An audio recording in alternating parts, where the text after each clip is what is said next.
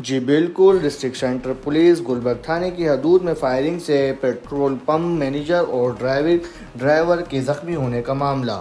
S S P district centre Zeeshan Shafiq Siddiqui نے موقع کا معائنہ کیا اور اسپتال میں زخمی ڈرائیور اور پیٹرول پمپ مینیجر سے ملاقات کی۔ زخمی ڈرائیور فضل کے پیٹ میں گولی لگ کر اوپری سطح سے آر پار ہو گئی، جبکہ پیٹرول مینیجر سید مسنون علی شاہ کی کلائی میں گولی لگی۔ دونوں مضروب اشخاص کا علاج آغا خان اسپتال میں جاری ہے، جو اب خیریت سے ہیں۔ بینک مینیجر سید مسنون علی شاہ ہمراہ driver Fazal depot P S O petrol pump block 10 federal be area سے 1 کروڑ سے زائد کیش بغیر کسی سیکیورٹی کے لے کر اگبی گلی سے بینک میں جمع کروانے جا رہے تھے۔